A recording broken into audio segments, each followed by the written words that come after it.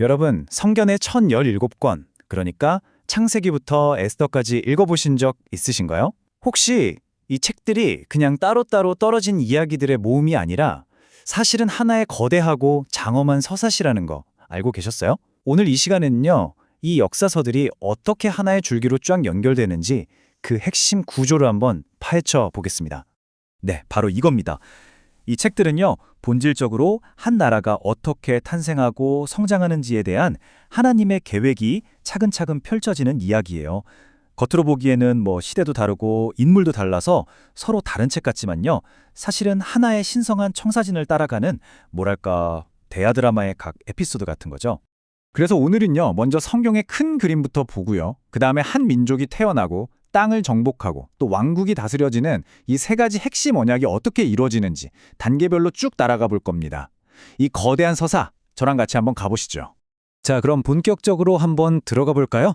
이 모든 이야기의 기초가 되는 설계도, 바로 한 나라를 세우기 위한 하나님의 원대한 계획부터 살펴보겠습니다. 이 청사진의 핵심은 바로 3대 언약입니다. 여기서 언약이라는 건요, 그냥 단순한 약속이 아니에요. 이건 하나님이 주도하시는 절대로 깨질 수 없는 신성한 계약 같은 겁니다. 바로 이 언약이 전체 이야기의 엔진 역할을 하는 거죠. 자, 보세요. 한 나라가 세워지려면 세 가지가 꼭 필요하잖아요. 바로 자손, 즉 국민, 그리고 땅, 즉 국토, 마지막으로 통치, 즉 주권. 이 세 가지가 앞으로 펼쳐질 역사의 핵심 기둥이 되는 겁니다. 오케이, 그럼 이 청사진의 첫 번째 조각부터 맞춰보죠. 과연 어떻게 하나의 민족이 만들어졌을까? 그 과정부터 한번 따라가 보겠습니다. 그 시작이 바로 자손 언약이었어요. 하나님께서 아브라함에게 내 후손이 하늘의 별처럼 어마어마하게 많아져서 거대한 민족이 될 거야 라고 하신 약속이죠. 이게 바로 국가 건설 계획의 첫 단추, 국민을 형성하는 과정의 출발점이었던 겁니다.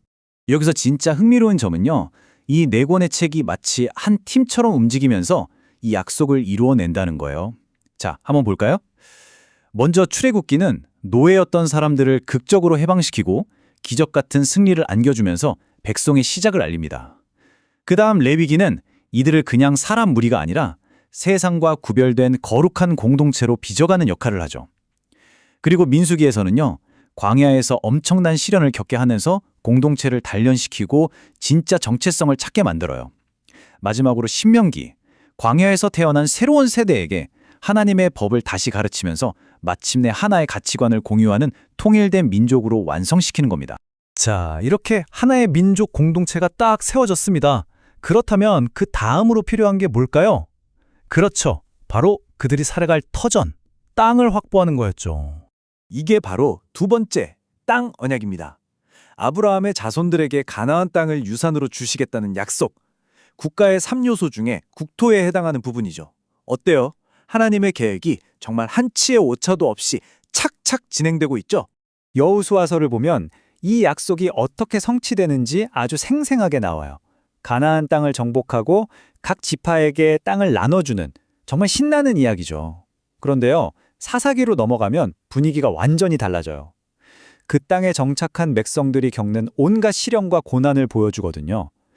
이걸 보면서 우리는 약속을 받는 것만큼이나 그 약속을 지켜내는 게 얼마나 어려운지를 깨닫게 되는 거죠. 백성도 생겼고 땅도 준비됐습니다. 이제 청사진의 마지막 조각을 맞출 시간이에요. 바로 이 나라를 이끌어갈 정부, 즉 통치체제를 만드는 과정을 살펴볼 차례입니다. 세 번째 약속은 바로 통치 언약입니다.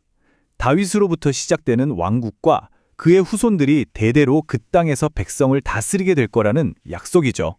이걸로써 국가의 마지막 필수 요소인 주권이 완성되는 겁니다. 와, 이 시기 역사는 정말 한편의 대하 드라마 저리 가라예요. 먼저 룻기에서 사무엘하까지는 다윗 왕국이 위대하게 세워지는 과정을 다루고요. 하지만 그 영광이 영원하진 못했죠. 열왕기 상하에서는 왕국이 남북으로 쪼개지고 결국 북이스라엘이 멸망하는 비극적인 역사가 그려져요. 그런데 이야기는 여기서 끝나지 않아요. 역대기 상하하는 이 모든 혼란 속에서도 다윗의 왕조 혈통만큼은 어떻게든 보존된다는 점에 초점을 맞춰서 이야기를 다시 들려주죠. 그리고 마침내 에스라부터 에스더까지 백성이 포로 생활에서 돌아와서 나라가 기적적으로 회복되고 보호받는 이야기로 마무리됩니다. 이 모든 엎치락 뒤치락하는 과정을 통해 통치 언약이 어떻게 성취되고 또 지켜지는지를 보여주는 거죠. 자, 이제 흩어져 있던 이 모든 조각들을 한번 모아보겠습니다. 창세기부터 에스더까지 이어지는 이 하나의 거대한 그림을 완성해 볼 시간이에요. 이 모든 게 어떻게 이렇게 하나의 일관된 이야기로 연결되는지 정말 놀랍지 않나요? 이 표가 모든 걸 요약해 줍니다. 한번 천천히 따라와 보세요. 첫째, 창세기에서 자손, 땅, 통치라는 3대 언약의 씨앗이 뿌려집니다. 둘째, 출애굽기부터 신명기까지 자손 언약이 성취되면서 하나의 민족이 탄생하고요. 셋째, 여호수아부터 사사기까지 땅 언약이 성취돼서 그들이 살아갈 영토를 얻게 되죠.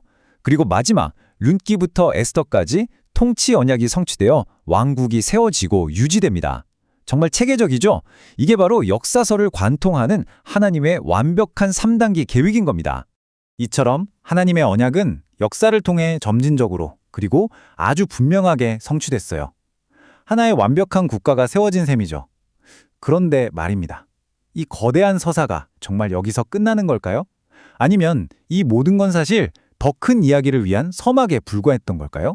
결국 이 모든 이야기의 핵심 주제는 바로 이겁니다. 언약을 세우시고 반드시 이루시는 하나님. 이 역사서는 그냥 오래된 과거의 기록이 아니에요. 자신의 약속에 신실하신 하나님의 성품을 보여주는 살아있는 증거인 동시에 이스라엘이라는 한 나라를 통해 이루신 이 언약이 사실은 앞으로 올 훨씬 더 궁극적인 성취를 가리키고 있다는 것을 암시하는 거대한 이정표인 셈이죠.